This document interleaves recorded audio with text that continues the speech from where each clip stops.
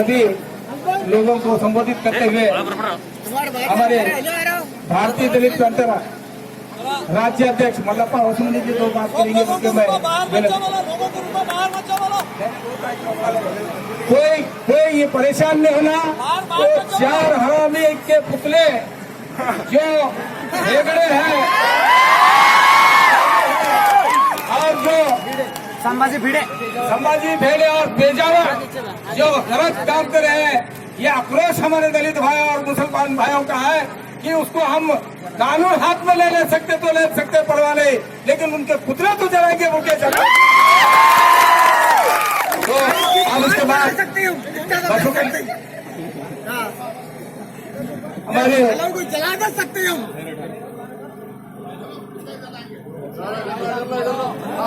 WPI party के अध्यक्ष हमारे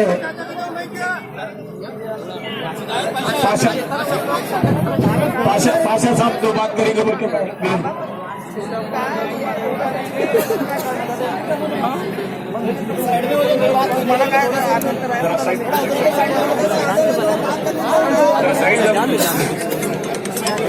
इस वक्त इस जुलूस में शरीक होने वाले तमाम भाइयों को मुबारकबाद।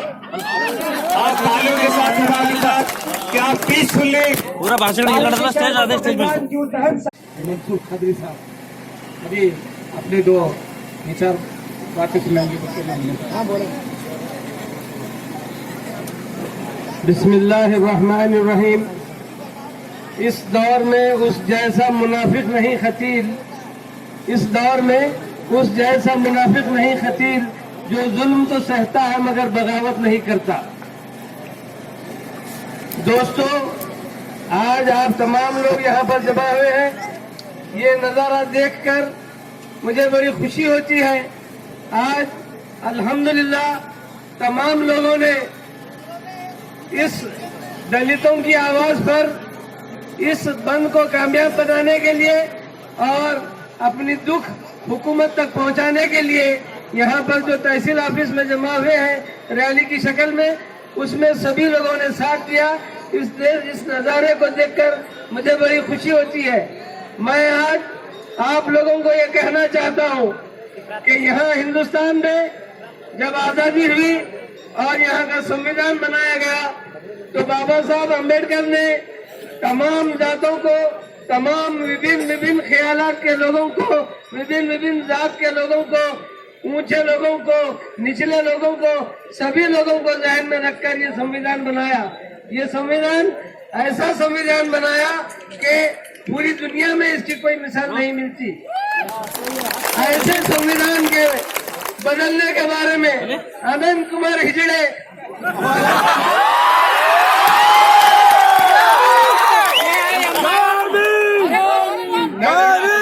मैं जो है सुना तो मुझे यही समझ में आया, सही सुना हो सकता है तो इसकी बात कहता है कि वो संविधान को बदल दे, क्योंकि उसी संविधान की शपथ लेकर वो मिनिस्टर बना है या वो MP बना है और उसी संविधान को बदलने की बात करता है। दरअसल बात यह है कि ये लोग हिंदुत्व के नाम पर हिंदुस्तान को एक हिंदू राष्ट्र बनाना चाहते हैं, लेकिन बाबा साहब अम्बेडकर ने जो संविधान हिंदुस्तान को दिया है उस संविधान को कोई माइका लाल बदल नहीं सकता। कोई मोदी हो या जो है योगी हो, कोई भी जो है इस हिंदुस्तान में संविधान के खिलाफ अगर बात करेगा तो यकीन मानिए उसको न सिर्फ कुर्सी छोड़ना पड़ेगा बल्कि उसका नामो निशान भी बाकी नहीं रहेगा।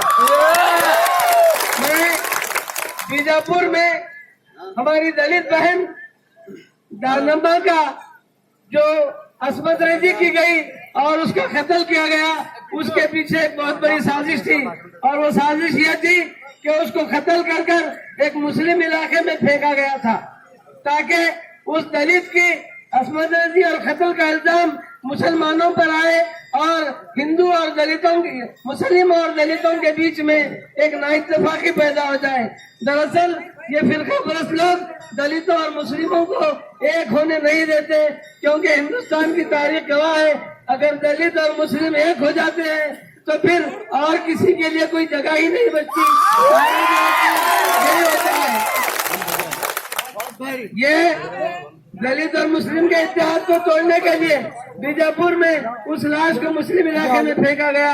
लेकिन मैं सलाम करता हूँ उन तमाम दलित तंजीमों को और दलित भाइयों को जिन्होंने उस साजिश को नाकाम बनाया और इसके पीछे जो असली घिनौने चेहरे थे उनको बेनकाब किया। उसके बाद ये जो आनंद कुमार हेगड़े है, जो जिसको मैंने हिजड़े कहा, यकीनी तौर पर वो इसी रकम का खायल है। वो संविधान को बदलने की बात करता है। इस बात के खिलाफ और फिर परसों यहाँ पर 1 जनवरी को भीमा कोरेगांव में जो विजय स्तंभ है वहाँ को दर्शन देने के लिए और वहाँ के शहीदों को श्रद्धांजलि देने के लिए जब दलित भाई वहाँ पर जमा होते हैं, हर साल जमा होते हैं, 200 सालवां जश्न था ये।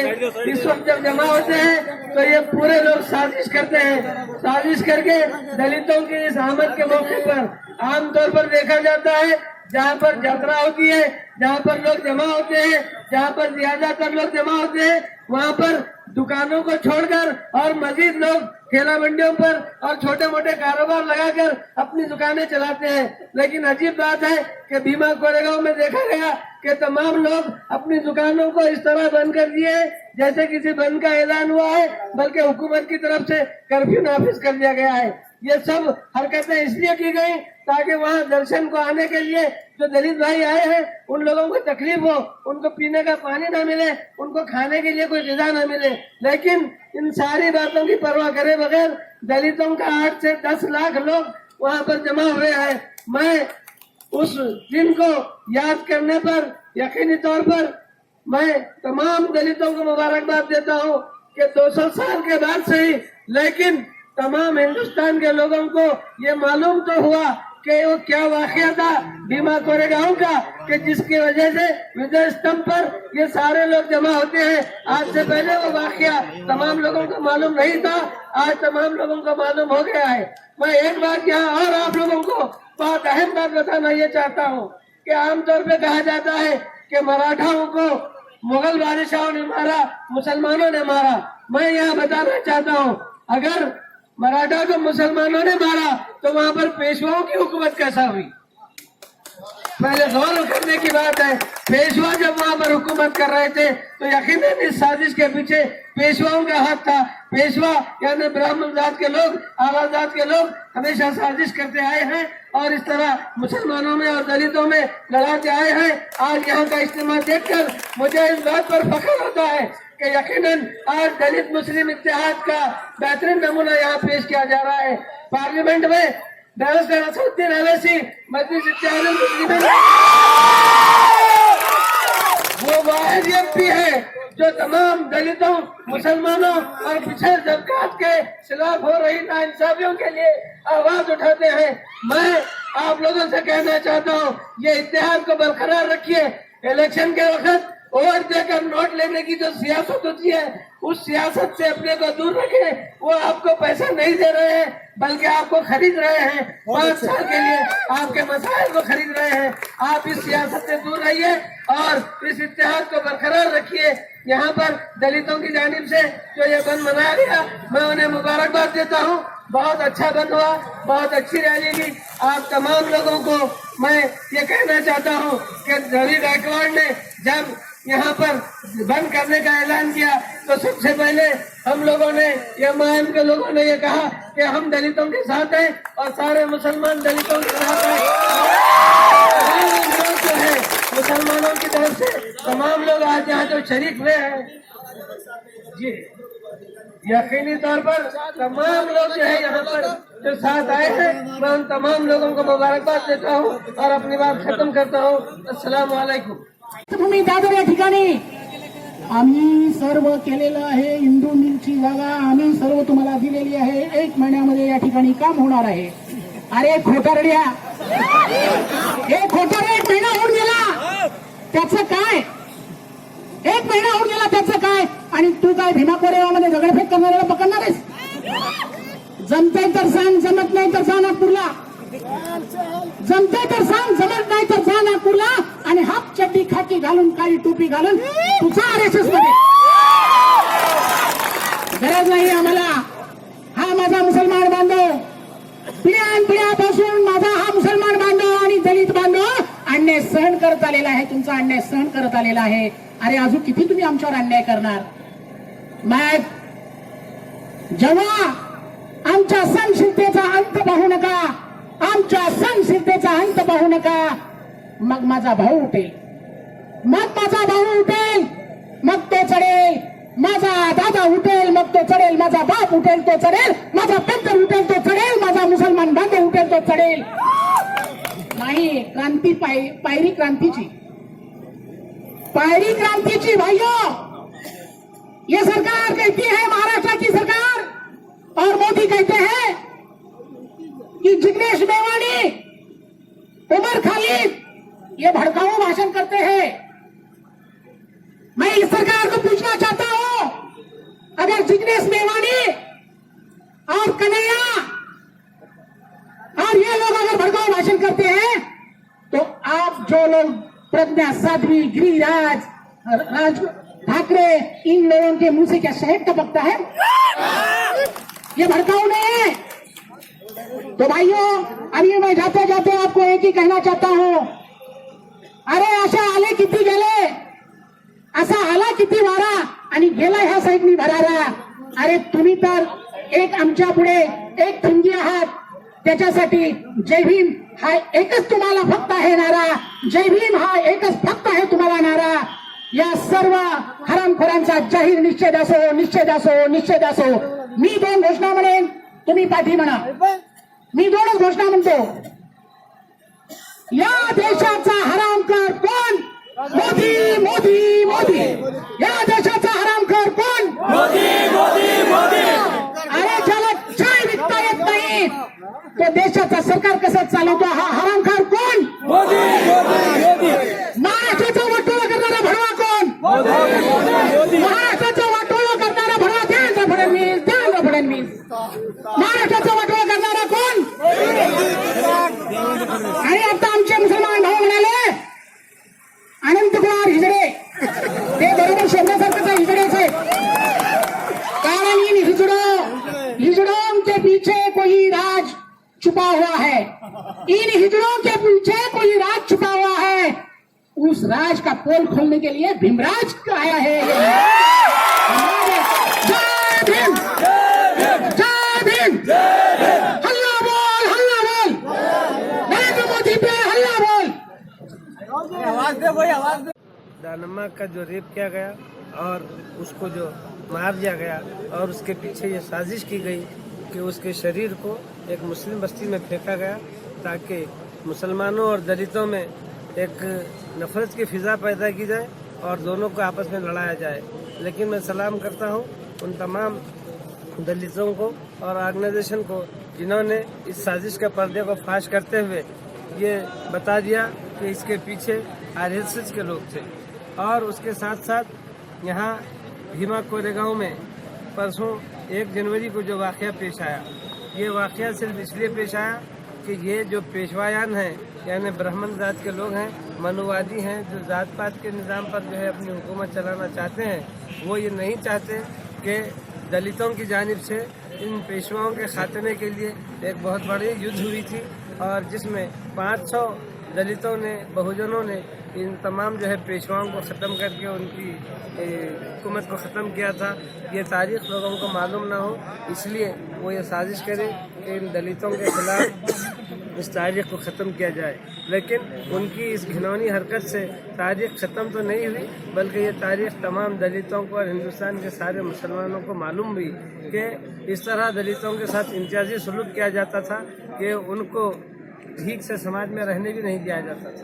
इस बात को बाबा साहब अम्बेडकर हर साल वहाँ पर जाकर उन शूरवीरों को श्रद्धांजलि पेश करते थे.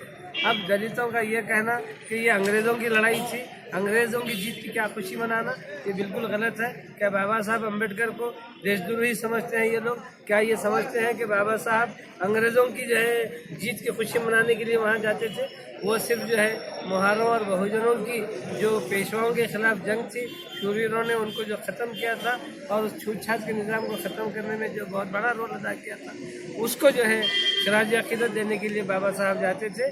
और ये वहाँ पर जो दंगे फसाद हुए, वहाँ का जो एमएलए है, जो शंभाजी भिंडे है, और एक दूसरा जो शख्स है जो एकता मोर्चा का जो सदर है, इन तमाम लोगों के खिलाफ जो एफआईआर हुई है, फौरी उनको गिरफ्तार करने का मुतालबा किया जा रहा है। न सिर्फ गिरफ्तार किया जाए बल्कि उन्हें ऐसी सख्त सज़ा दी जाए कि आइंदा फिर कोई जो है इस किस्म की भेदभाव की हरकत ना कर सके। और तीसरी बात यह है कि यहाँ जो हमारा बीजेपी का जो एमपी है अनंत कुमार हेगड़े, उसने गैर जिम्मेदाराना बयान दिया है।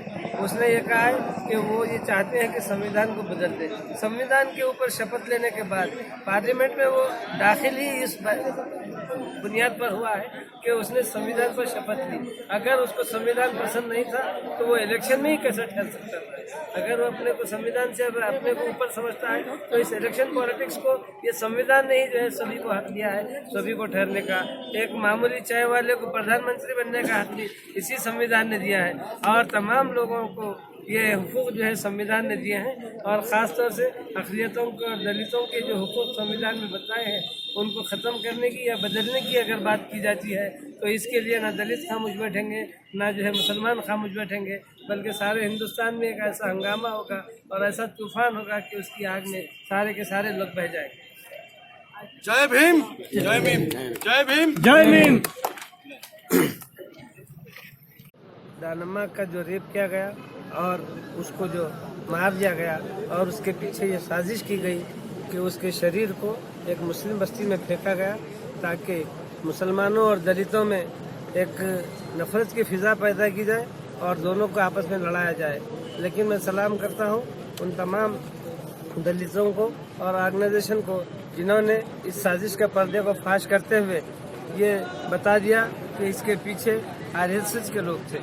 और उसके साथ साथ यहाँ भीमा कोरेगांव में परसों 1 जनवरी को जो वाक़या पेश आया, ये वाक़या सिर्फ इसलिए पेश आया कि ये जो पेशवायान हैं, यानी ब्राह्मण जात के लोग हैं, मनुवादी हैं, जो जात पात के निज़ाम पर जो है अपनी हुकूमत चलाना चाहते हैं, वो ये नहीं चाहते कि दलितों की जानिब से इन पेशवाओं के खात्मे के लिए एक बहुत बड़ी युद्ध हुई थी, और जिसमें 500 दलितों ने, बहुजनों ने इन तमाम जो है पेशवाओं को ख़त्म करके उनकी हुकूमत को ख़त्म किया था। ये तारीख़ लोगों को मालूम ना हो, इसलिए वो ये साजिश करें कि इन दलितों के ख़िलाफ़ इस तारीख़ को ख़त्म किया जाए। लेकिन उनकी इस घिनौनी हरकत से तारीख़ ख़त्म तो नहीं हुई, बल्कि ये तारीख़ तमाम दलितों को और हिंदुस्तान के सारे मुसलमानों को मालूम हुई कि इस तरह दलितों के साथ इम्तियाजी सलूक किया जाता था कि उनको ठीक से समाज में रहने भी नहीं दिया जाता था। इस बात को बाबा साहब अम्बेडकर हर साल वहाँ पर जाकर उन शूरवीरों को श्रद्धांजलि पेश करते थे।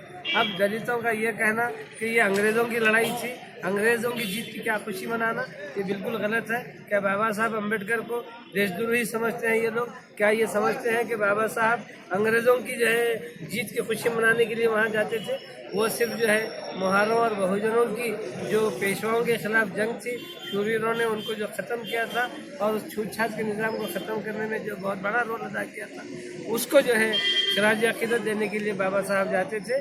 और ये वहाँ पर जो दंगे फसाद हुए, वहाँ का जो एमएलए है, जो शंभाजी भिंडे है, और एक दूसरा जो शख्स है जो एकता मोर्चा का जो सदर है, इन तमाम लोगों के खिलाफ जो एफआईआर हुई है, फौरी उनको गिरफ्तार करने का मुतालबा किया जा रहा है। न सिर्फ गिरफ्तार किया जाए बल्कि उन्हें ऐसी सख्त सज़ा दी जाए कि आइंदा फिर कोई जो है इस किस्म की भेदभाव की हरकत ना कर सके। और तीसरी बात यह है कि यहाँ जो हमारा बीजेपी का जो एमपी है अनंत कुमार हेगड़े, उसने गैर जिम्मेदाराना बयान दिया है। उसने ये कहा है कि वो ये चाहते हैं कि संविधान को बदल दे। संविधान के ऊपर शपथ लेने के बाद पार्लियामेंट में वो दाखिल ही इस बुनियाद पर हुआ है कि उसने संविधान पर शपथ ली।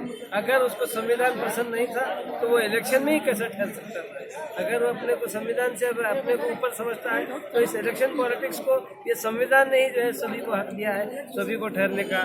एक मामूली चाय वाले को प्रधानमंत्री बनने का हक भी इसी संविधान ने दिया है और तमाम लोगों को ये हुकूक जो है संविधान ने दिए हैं। और ख़ास तौर से अक़लियतों को और दलितों के जो हुकूक संविधान में बताए हैं उनको ख़त्म करने की या बदलने की अगर बात की जाती है तो इसके लिए ना दलित खामोश बैठेंगे, ना जो है मुसलमान खामोश बैठेंगे, बल्कि सारे हिंदुस्तान में एक ऐसा हंगामा होगा और ऐसा तूफान होगा कि उसकी आग में सारे के सारे लोग बह जाएंगे। जय भीम, जय भीम, जय भीम, जय भीम।